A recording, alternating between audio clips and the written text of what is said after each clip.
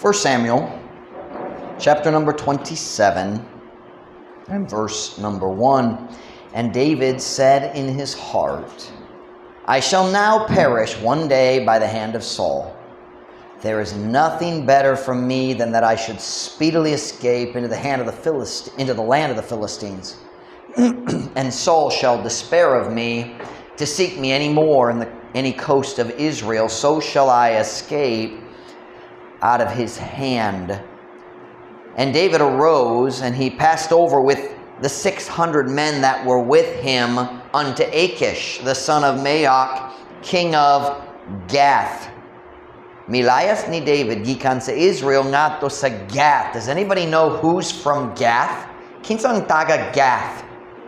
Si Goliath, ang giant nga gipatay ni David, taga Gath siya, pero kanaang lugar diin si David ni ato aron mo layas o mo ikyas ni King Saul. Verse 3, and David dwelt with Achish at Gath, he and his men, every man with his household, even David with his 2 wives, Ahinoam the Jezreelitess, and Abigail the Carmelitess, Nabal's wife. Bisaya, ug si David miingon diha sa iyang kasing-kasing, ako karon sa usa ka adlaw mamatay, pinaagi sa kamot ni Solo. Walay mas mayo pa alang kanako, nga ako sa madali mo ikyas ngadto sa yuta sa mga Filistihanon. O si Solo mawad anog paglaom may tungod kanako aron sa pagpangita pa kanako diya sa bisan asa nga dapit sa Israel. Sa ingon ako makaikyas gikan sa iyang kamot. Og si David mitindog og siya mitabok uban ang unong kagatos katawo nga uban niya ngadto sa Achish, ang lalaki na anak ni Maoch, hari sa Gath. Og si David mipuyo uban ni Achish dito sa Gath, siya og ang iyang mga tao, ang matag tao uban sa iyang panimalay, bisan si David uban sa iyang duha ka asawa, si Ahinoam ang Jezreel nun, ug si Abigail ang Carmel nun, asawa ni Nabal. Now go back a few verses to chapter 26, verse 19. By the way, I forgot to mention, we had a really good soul winning day on Friday. And daghang taon naluwas. Y'all ready for this? Naging Friday, 90 people nga naluwas na. Amen! And salamat pa. Okay, hold on. Patay gyud kamo. We're gonna try that again. Wala kamo naminaw. 90 people nga naluwas sa Friday. Amen. It's hot, Pastor.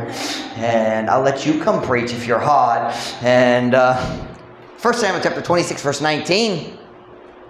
Kunana say amen. Here we go. Now therefore I pray thee, let my Lord the king hear the words of his servant. If the Lord have stirred thee up against me, let him accept an offering. But if they be the children of men, cursed be they before the Lord, for they have driven me out this day from abiding in the inheritance of the Lord, saying, Go, serve other gods. Bisaya, busa karon, ako naghangyo kanimo. Itugo nga akong galon ang hari maminaw sa mga pulong sa iyang sulgoon. Kung ang Ginoo miagha kanimo batok kanako, itugo kaniyang pagdawa og uskahalad apan kung sila mga anak sa tao. Meaning, sila mga anak sa tao ang maghagit nimo batak. I'm sorry, it's not hagit, it's aghat. Ang miagha kanimo batok nako, matinunglo sila atubangan sa Ginoo. Kay sila miabog na kanako nining adlaw gikan sa pagpabilin diha sa panulundon sa Ginoo nga nagaingon lakaw pag-alagad og lain mga Diyos. The title of my message comes from that verse we just read, verse 19. They have driven me out. Sila man ang miabog na kanako. Sila man ang mi pahawa nako. They're the reason. They have driven me out. Kini nga mensahe gisula almost 100% the science. So murag naidaghan akong basahon. But I want to help you this morning. I want you to listen very carefully. Maglantaw ta nining a story aron natay makatunan, they have driven me out. Magampot ta, tayo kung makalingkod. Father, thank you for today, Lord. Thank you for your goodness to us. Pray, Lord, that you'd fill me with your Spirit as I preach right now. God, I do not know who needs this message right now, pero ikaw ang nahibalo, Ginoo. Sa mga Ginoo, ikaw magtabang kanako, aron ako makatabang kanila. Puna ko sa imong espiritu, sa imong gahom, aron ang mga tao makahimo sa saktong decision sa katapusan sa message. Lord, we need your help. Bless us, we pray, God. I cannot preach on my own. Help me, I pray, in Jesus' name. Amen. Pwede ka mo maglingkod. Sa atong teksto, karong buntag, si David naluya na diha sa iyang kalag. He was discouraged. That word discouraged. Courage is kaisog, and dis means to cut or separate. Like you dissect something. It means you cut it in two. Discourage means mag-separate nimo gikan sa imong courage. Samtang mag-alagad ka sa Ginoo. He was discouraged. Naluya na siya. Dugay na, naglaya siya gikan ni King Saul. Dalit mga simana lang ni. Dalit mga bulan. Murag mga tuig na. Nga si Haring Sulo migukod kaniya aron pagapatyon. Og si David, sa pagkatinuod, wala gayoy salak batok ni Saul. Wala yun. Si David murag ang pinakamatinud-anon, pinakakasaligan nga sulugoon nga nabatona ni King Saul. Apan tungod sa kasina, si Saulo nagduda ug nagdumot ni David. You see, si David, siya man ang hero. Pwede po siya ang bida sa tibok nasod sa Israel. Ang katawhan na higugma ni David. Ug sa kamatuoran, nahigugma sila ni David, labaw sa ilang hari. Ug si King Saul, dili siya makadawa niya ng kamatuoran nga naay lain tao nga mas famous, nga mas gihigugma sa kingharian kaysa iyang kaugalingon. Ang problema ni Saul, kasina lang. Why lain? Pero tungod sa iyang kasina, si Saulo nagpatuo sa iyang kaugalingon nga si David tinuyong mikawa sa kasing-kasing sa katawhan tungod kay siya may plano sa pagkawa sa trono sa gingharian. Bisan si David sa makaduha, nagpruweba nga wa siya'y plano, wa siya'y tinguha sa pagdaot ni Saul. Twice na siya'y chance mo patay ni Saul ug nagpugong. Wala nagpugong lang sa iyang kaugalingon, nagpugong sa iyang mga sundalo nga nagsulti, kini atong tsansa, pwede tamo patay kaniya karon. Ug si David nagayong ayaw. Twice na siya'y chance ug wala siya naghikap, wala nagbutang sa iyang kamot diha ni King Saul. Bisan nagpruweba siya sa iyang loyalty, nahibalo gyapon siya na si Saul makanunayon mo balik sa iyang walay klarong hunahuna kabay ni David. Bisan siya mo sulti, oy, sorry kayo David, nasayop gayud ko, dali na ko mugukod kanimo. Si David nahibalo, pipila kasi mana mugukod pag-usab. By the way, ang kasina maghimo kanimo nga buang. Way klarong hunahuna sa tao nga mapuno sa kasina. Ang pinkayo kabay niya na. Pero sa atong teksto karong buntag, nakita na to nga si David miabot sa panahon sa iyang kinabuhi nga siya nawad-an na sa paglaom para sa iyang umaabot. Sa atong teksto sa 1 Samuel 27 verse 1, look at it please. So 1 Samuel 27 verse 1, and David said in his heart, be careful what you say in your heart. Christians, listen to me. Tell yourself the truth. The most important person you can tell the truth is yourself. Pero si Day, kung ma-discourage ta, magsugod ta og pagpamakak sa atong kaugalingon. We start lying to ourselves, what may paglaom, ang Diyos dalit na mo tabang nako, mas mayo mo balik ko sa kalibutan. Be careful, don't lie to yourself when you're discouraged. And David said in his heart, I shall now perish one day by the hand of Saul. Kung si David ningon diya sa iyang kasing-kasing, ako karon sa usa ka adlaw, pohon, sa usa ka adlaw mamatay. pinagi sa kamot ni Solo. Bisa ng Diyos, balik-balik, nagprotector ni David, gikan sa mga laraw ni Saul. Bisa nakakita si David sa gahom sa Diyos, di asa yung kinabuhi nga, wag yun nagtugo ang si Saul mag-apas, kaniya, kanunay, nagtugo, kaniya mag-ikas. Bisan ang Diyos kanunay, faithful kayon ni David, may abot na ang punto sa yung kinabuhi. Ngayang pagtuo na pakyas, nahanaw na ang tanan niyang paglaon. Kinahanglan tang makasabot sa importante kaayong kamatuora mahitungon ini nga story. Ang Diyos wala man nagpakyas ni David. Buhit pa siya. Ang Diyos wala nagtugo nga si Saul mugpatay niya. Buhit gyapon si David. Ang Diyos wala nagpakyas ni David. Ang pagtuman ni David kadto ang napakyas. Go with me to 1 Samuel 23, verse 14. Look at this verse. Kini mo pakita sa paagi nga ang Diyos nag-atiman ni David, nagpanalipod ni David, samtang si Saul naggukod niya. 1 Samuel chapter 23, verse 14. Kunanas, amen? And David abode in the wilderness, in strongholds. Kana nga pulong abode, nagpasbo lang nagpuyo. It's an older word. And David abode in the wilderness in strongholds and remained in a mountain in the wilderness of Ziph. And Saul sought him every day, but God delivered him not into his hand. Og si David mi pabilin, we could say mi puyo. Og si David mi pabilin diya sa kamingawan, diya sa mga kota. Og mi pabilin diya sa uska bukid, diya sa kamingawan sa Ziph. Nasabtan niyo yung pulong kota? Like na yung mga sundalo dito sa bukid na sila kota, di ba? Si David, mi pabilin diha sa kamingawan diha sa mga kota, o mi pabilin diha sa uska bukid diha sa kamingawan sa Ziph, o si Solo nangita kaniya matag adlaw. Parang Diyos wala mitugyang kaniya ngadto sa iyang kamot. Matag adlaw.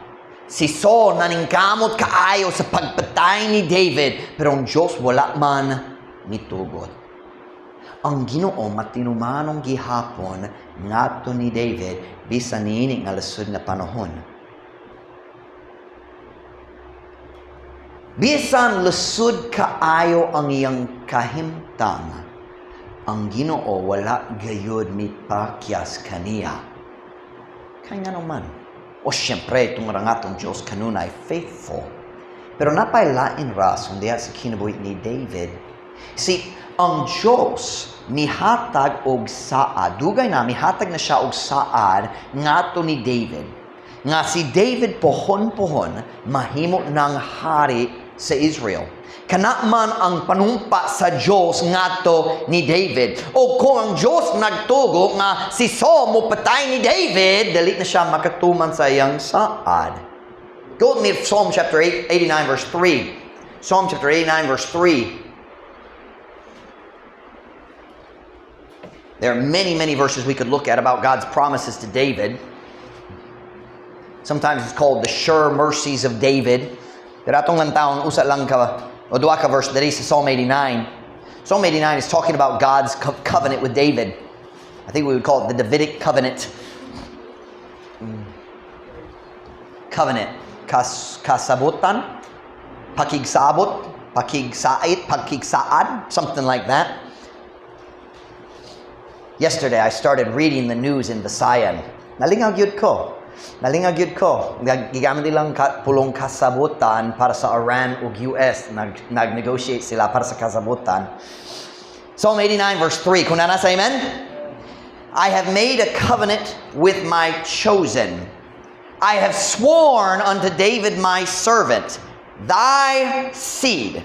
That word seed means kaliwat. Ang mga anak nga magikan nimo. Thy seed will I establish forever and build up thy throne to all generations. Sila. Ako mahimo og usa ka pakigsabot uban sa akong pinili. Ako nakapanumpa ngadto ni David nga akong sulugoon. ang imong kaliwa. Akong palig-onon sa kantoran ug motukod sa imong trono ngadto sa tanang kaliwatan sila. Ang Diyos misaad man ni David nga dali lang siya maghari sa Israel apan ang iyang mga kaliwa pod. Og hangtod sa kantoran kay si Jesus maong kaliwa ni David og pohon-pohon mobalik siya magpaimutang sa iyang trono pag-usab og maghari hangtod sa kantoran. Pero ang Diyos wala nagsaad lang ni David kabayan sa iyang kaugalingon, pero yung mga kaliwa pod, God made a promise, ang Diyos nagsaad. And may I just say this morning, Truth Baptist Church, kung ang atong Diyos magpanumpa, mutuman siya sa iyang saad. Ang atong Ginoo dali pagkakon, mutuman siya sa iyang saad. Matinumanon siya. Ang atong Diyos mutuman, kanunay mutuman sa iyang mga saad. He is faithful. That's the reason they translate the word matinumanon in our Bible. I know some people argue about that. That's okay. I like the word matinumanon as well. Bisan naningkamo si Solo, kutob sa iyang mahimo nga mukaplag ug mukpatay ni David. Ang Diyos wala man mitugo, kana siya'y uskasaad ngadto ni David nga kinahanglan pang tumanon niya. God keeps His promises. Let me tell you why we have assurance of our salvation. Because God is faithful. Natay kasiguruhan kabayan sa saad sa kaluwasan, dili tungod faithful ka, tungod faithful siya. Kay usahay dili ta faithful. Pero ang Diyos wala napakyas ni David. So nakoy pangatana, kung ang Diyos wala gayud ni pakyas kaniya, ano man nga si David naluya na, kung balik-balik nakakita siya sa kamo sa Diyos nga naglihok para niya, nga naman niabot siya nini nga punto nga wala na siya paglaom, napakyas na ang iyang pagtuo. Ang kapakyasan sa pagtuo ni David, kanadali ang resulta sa pagpakyas sa Ginoo. Ang Ginoo matinumanon ra gyapon. Ang ato nakit-an diri, si David naluya na nawala ng iyang paglaom. Watch now. Not because God failed, but because David was tired of waiting for God's timing. Tungod kay si David gikapoy na sa paghula sa timing sa Diyos. Go with me to Psalm 35. Lantaon na to ang Psalm 35. Para nako, Psalm 35 gisulat ni David nining panahon na diin siya naglayas gikan ni Haring Solo. And I want you to see how David felt. Kanang kumukita ka sa pagbati ni David nining nga lisod nga panahon, sa diyang gikapoy na siya, naluya na, maghuno-huno kabayan sa pagbiyas kababuton sa Diyos ug mo adto sa yuta sa mga daotang nga tao, mo adto sa yuta sa mga Philistines, mga kaaway sa Diyos. Kanang kamo mo lantaw mo mamatiktan ninyo ang iyang pagbati. Psalm 35 and verse 1, magbasa ta sa pila ka verse, maglaktaw-laktaw ta. Kung nasa amen. Psalm 35:1, a psalm of David. Plead my cause, O Lord, with them that strive with me. Fight against them that fight against me. Labani ang akong katungod, O Ginoo. We could also say kaso. That's the idea of cause. Labani ang akong kaso, O Ginoo.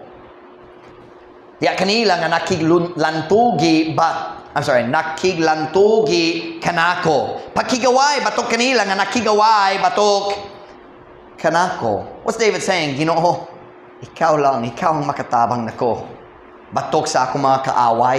You know what they're doing now. You're the one who can help me.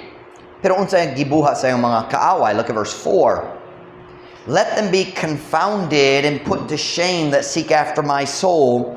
Let them be turned back and brought to confusion that devise my hurt. Itugo nga sila malibog o maulawang nga nangita sa akong kalag. Tugoti sila nga malisog, malibog, nga naglaraw sa akong kadaot. Notice that phrase, seek after my soul. Nangita sa akong kalag. What does that mean? Nagpasbot sila, naningkamo sila, naningkamo sila sa pagpatay kaniya. Saul was trying to kill him with 3,000 soldiers.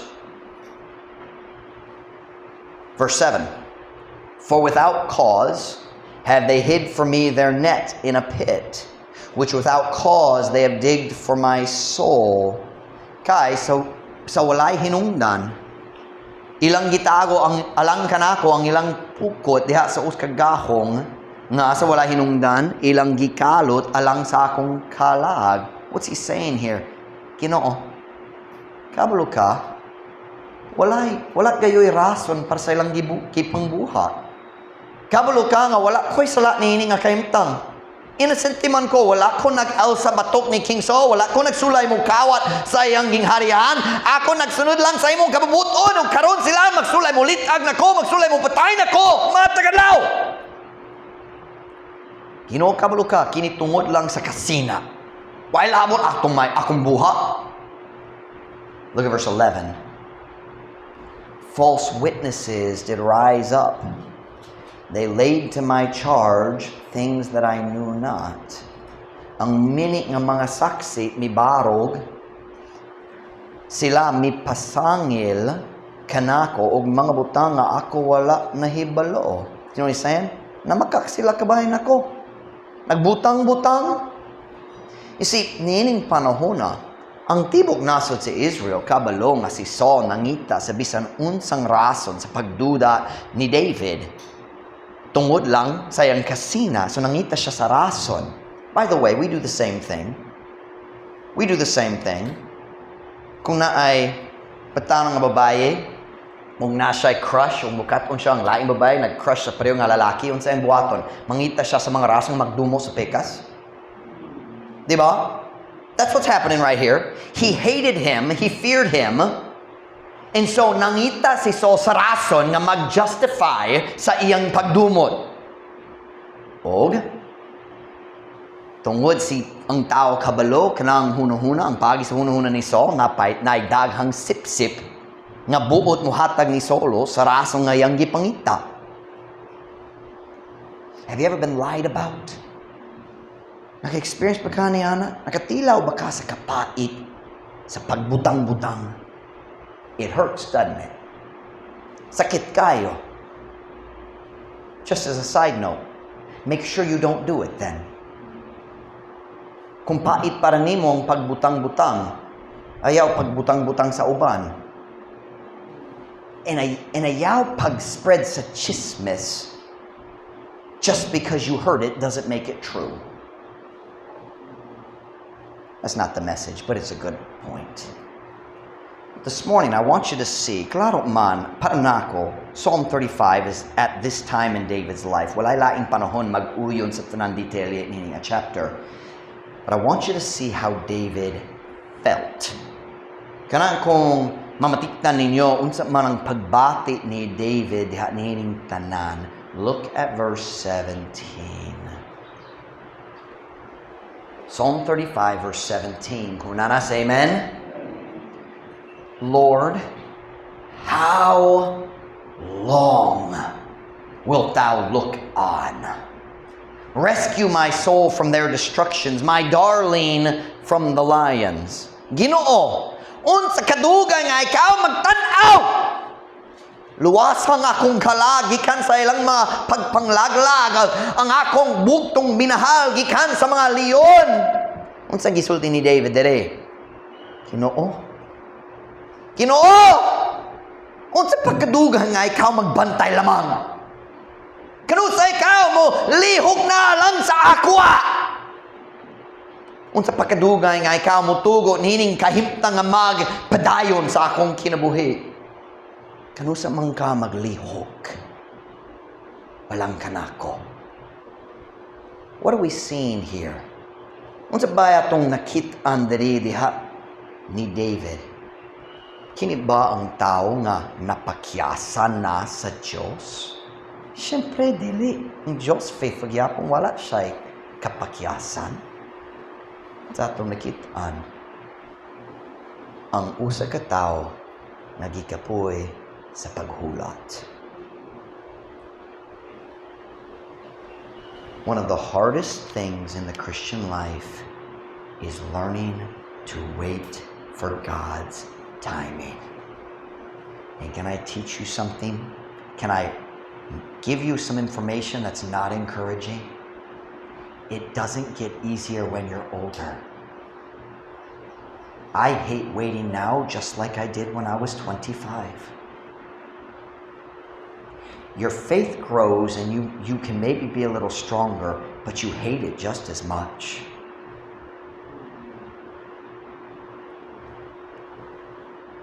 Si David, gikapoy na sa paghulat. David was the man after God's own heart.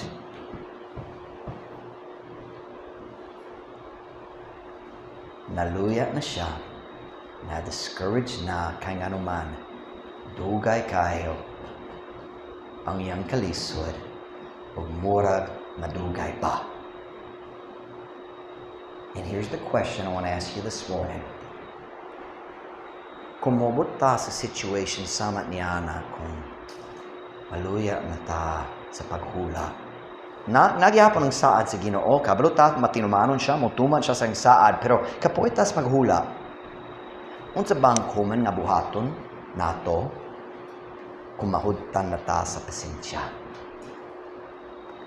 Kung gikapoy na ang tao sa paghula sa timing sa Ginoo, kung naluya na ang atong kalag agi sa kadugay sa paghula, kung gikapoy na sa gikapoy na ta diha sa paghula sa pagtuman sa Ginoo sa iyang mga saad, unsa bang natural nga pagtintal nga mudanga kanato? Kung maluya na ta ug ganahan ta mo undang, pagatintalan na ta sa pagpangita og alibay aron sa pagbiyat na sa kababud-on sa Dios. Dili ba kana ang aton natural nga kinaiya? When your heart wants to quit, your mind looks for a reason. Kung imong kasing-kasing gana mo undang agi sa kaluyat, imong hunahuna mangita sa alibay alang kanimo. We get tired of waiting, so we start looking for an excuse to do what we want to do. Now go back with me to 1 Samuel chapter 27 and verse 1. I have preached on this passage several times. I'm trying to say, you will always need faith to wait on God. Dali gayud ka mutubo ngadto sa situation nga dali nakakinan sa pagtuo sayon ng paghula sa Ginoo. No, it will always require faith. We walk by faith, not by sight.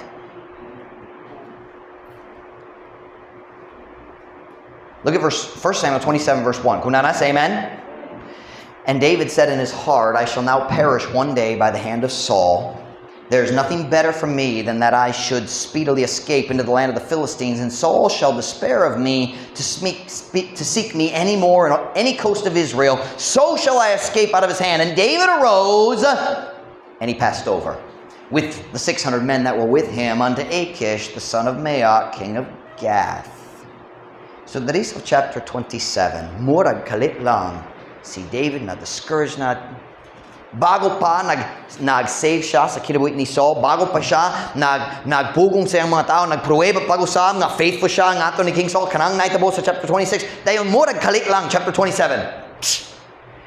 Pon siya, magukod na ko pag-usap, sigurado mamatay ko. Wait a minute, David, napay saad sa Ginoo? Napa ba?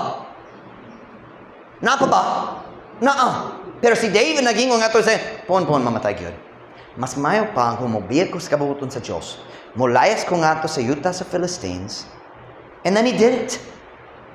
Verse 1, mas mayo pa mubiyag. Verse 2, adto na. And notice what it said. And David arose and he passed over with the 600 men that were with him. You listen to me very carefully. No one ever leaves God's will alone. Kung ikaw mubiyag sa kabubuton sa Diyos, nakay kuyog. Somebody will go with you. That's why backsliding is always selfish. Kay naidadpon. David made a decision. Ug para nato, kalit lang. Pero, niyaging Friday, nagabasa ko diri sa 1 Samuel, and niabot ko sa chapter 26. Ug nako'y namatiktan na wag gyud nakuha nako sa miagi. Look with me at verse 17 in 1 Samuel 26. Again, look with me at verse 17 and verse 19. Para nato, chapter 27, kalit lang mag-decision siya, kalit lang na-discouraged, dili man di ay. Look at 1 Samuel 26, verse 17. Kining na story nga si David na chance mo patay ni Saul, misalud siya sa kampo si Saul, ug tanan niyang mga sundalo natulog gayud, ug ang yang kauban na yon, pwede ko mapatay kaniya karon siya na yon, ayaw na lang, dali ta maghikap sa dinihogan sa Diyos, and then nagkuha siya sa spear, ug sa sugdanan og tubig ni Saul, ug niato sa layo, nagtawag nga to ni King Saul. Verse 17, na istoryahan na nila, gikan sa halayo. And Saul knew David's voice. It was dark, ngit-ngit man, dali makikita, nakadungog ra. Gikan sa halayo ang pagsinggat ni David. And Saul knew David's voice and said, "Is this thy voice, my son David?" And David said, "It is my voice, my lord, O king." Og si Saul nakaila sa tingog ni David, og miingon, "Kini ba imong tingog, David, akong anak?" Og si David miingon, "Kini akong tingog, akong agalon, o hari." Skip down to verse 19. Now therefore, si David nagistorya ni Saul, "Now therefore I pray thee, let my lord the king hear the words of his servant. If the Lord have stirred thee up against me, let him accept an offering." Siyempre, si David nahibalo nga ang Ginoo wala mipalihok ni Saul nga maghimo niini. But nagpadayon siya.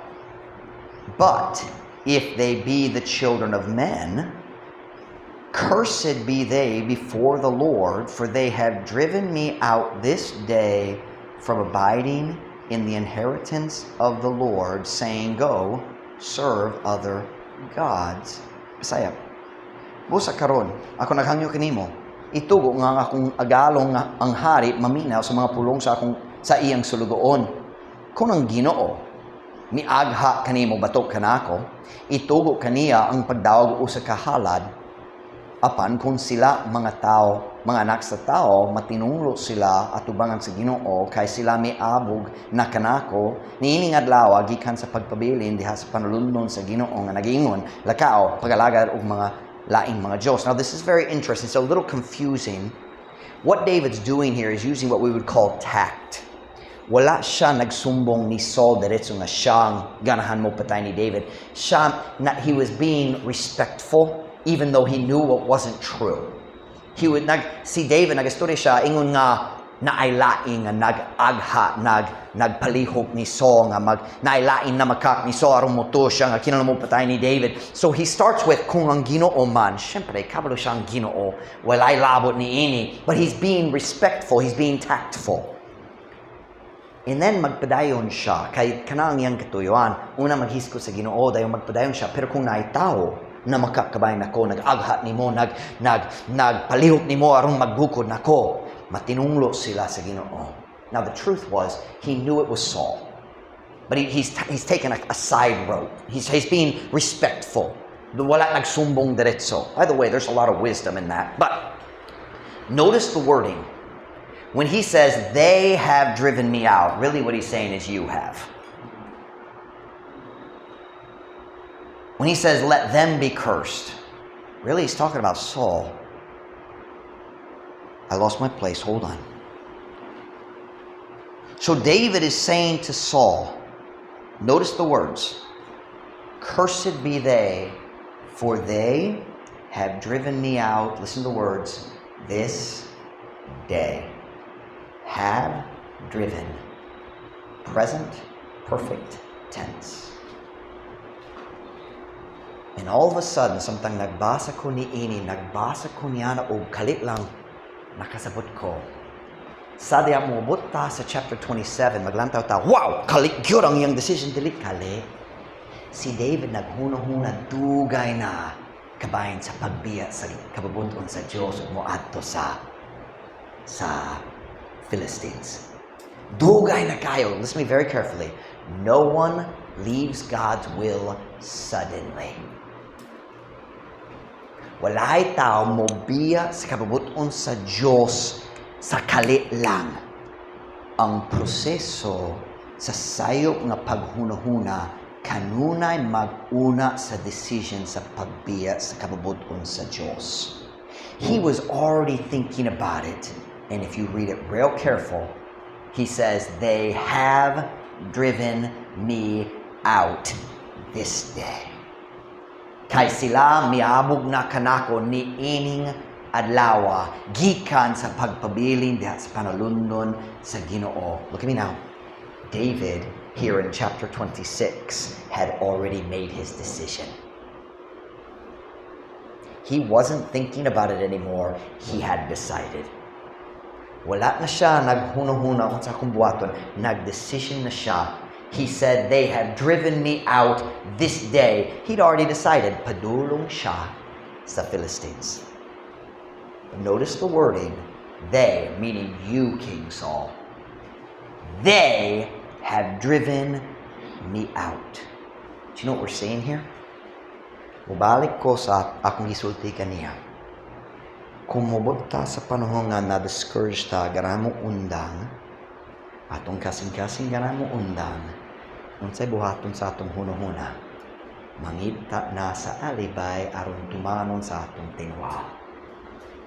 And what we find right here, David found his excuse. They, meaning you, have driven me out. I have to leave, but it's your fault. Ikaw, mipahawa kanako, gikan sa kapabuton sa Diyos. You listen to me very, very carefully.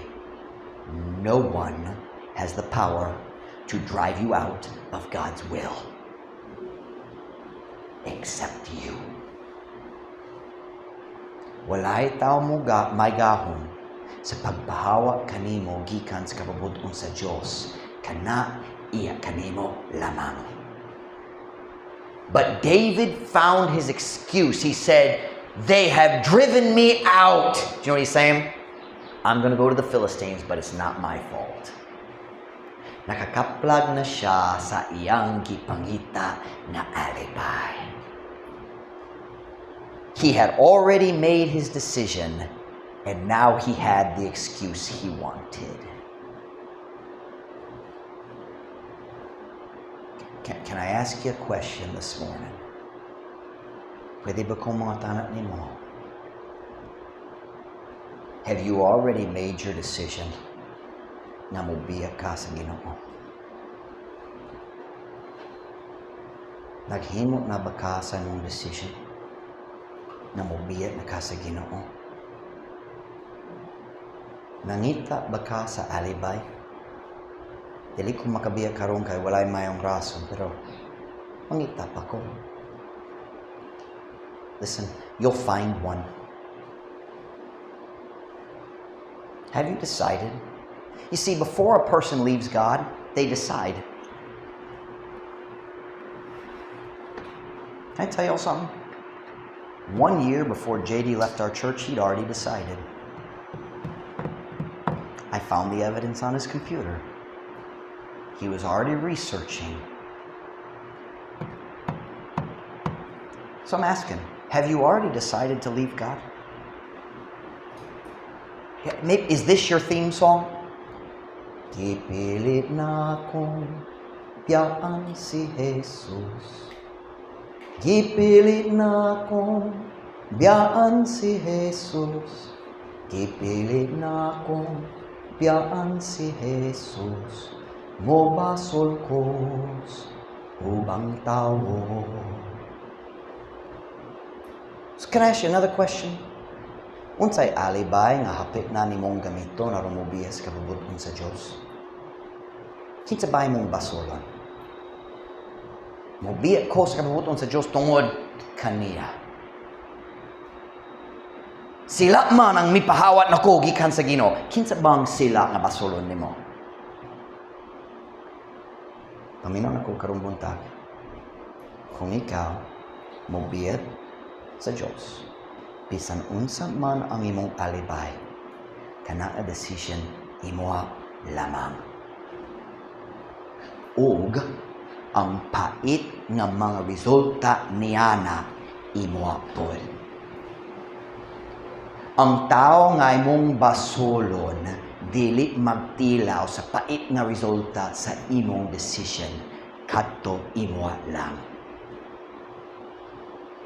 Ang pagbaso sa uban dili mag-change sa katapusan sa kinatumya niya na decision.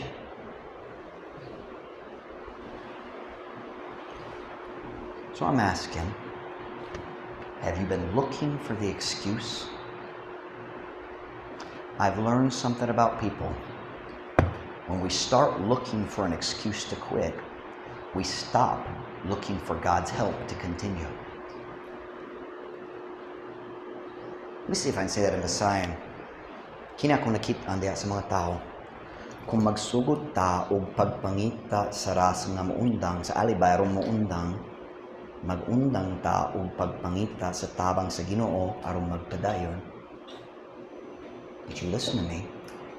Ang Ginoo makatabang gyapon nimo. Have you stopped reading your Bible? Nag-undang ba ka sa pagbasa sa Biblia? You stopped stopped looking for God's help. Nag-undang ba ka sa pag-memorize sa Scripture? Oh, Pastor Mike, na-discourage ko. The greatest spiritual strength giver is Scripture memorization. Have you stopped? You don't have to do whole chapters, but pick a verse that encourages you and memorize it. Meditate. But when you start looking for an excuse to quit, you stop seeking God's help, and you get weaker and weaker and weaker. And then you blame God, but He didn't fail. Can I challenge you today? Kung ang mga hunong-huna kabahin sa pagbiya sa Ginoo nagpuno sa imong kasing-kasing, himo ang decision. Muundang ko og pagpangita sa alibay o magsugod ko og pagpangita sa tabang sa Ginoo. His grace is sufficient. Ang iyang grasya paigo man. If you don't have the grace, you're not looking for it. Whenever head bowed, every eye closed.